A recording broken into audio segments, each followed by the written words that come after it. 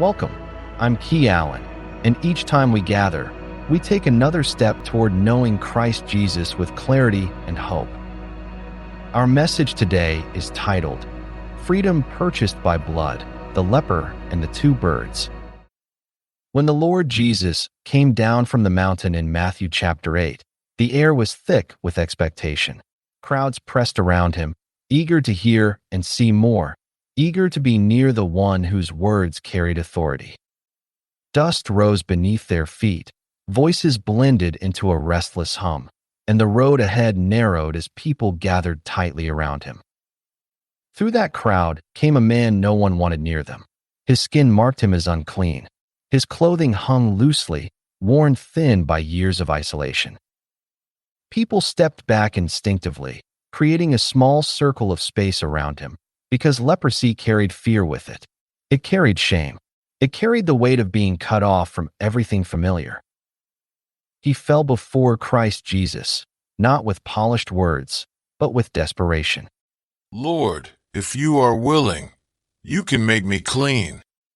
The plea carried years of loneliness. It carried the ache of being excluded from worship, from family gatherings, from simple human touch. It carried the longing to be restored. No one touched a leper. No one dared. Yet the Lord Jesus reached out his hand and placed it on the man's ruined skin. The crowd gasped. The man froze. And the Lord said, I am willing. In that moment, the disease vanished.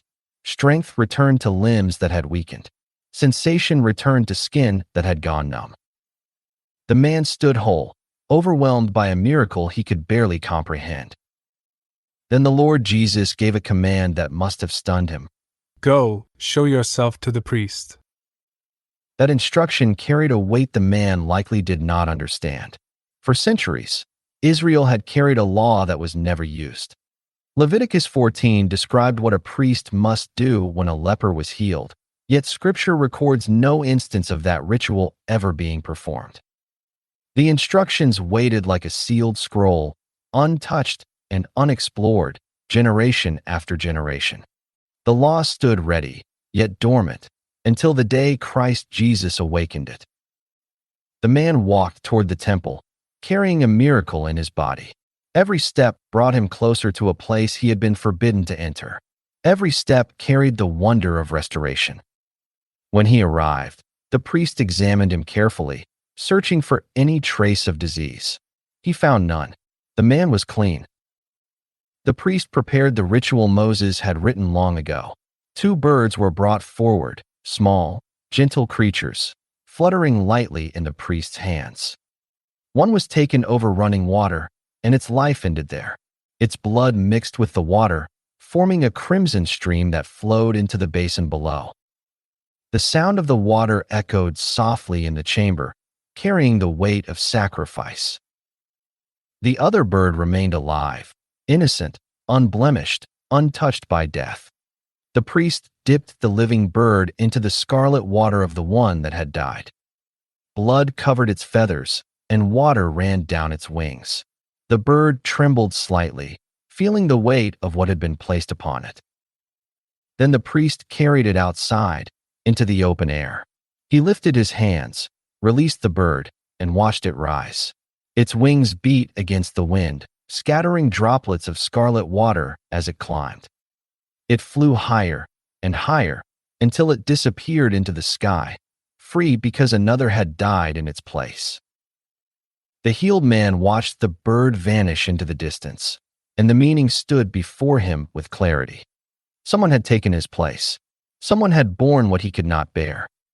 Someone had given him freedom he could never earn.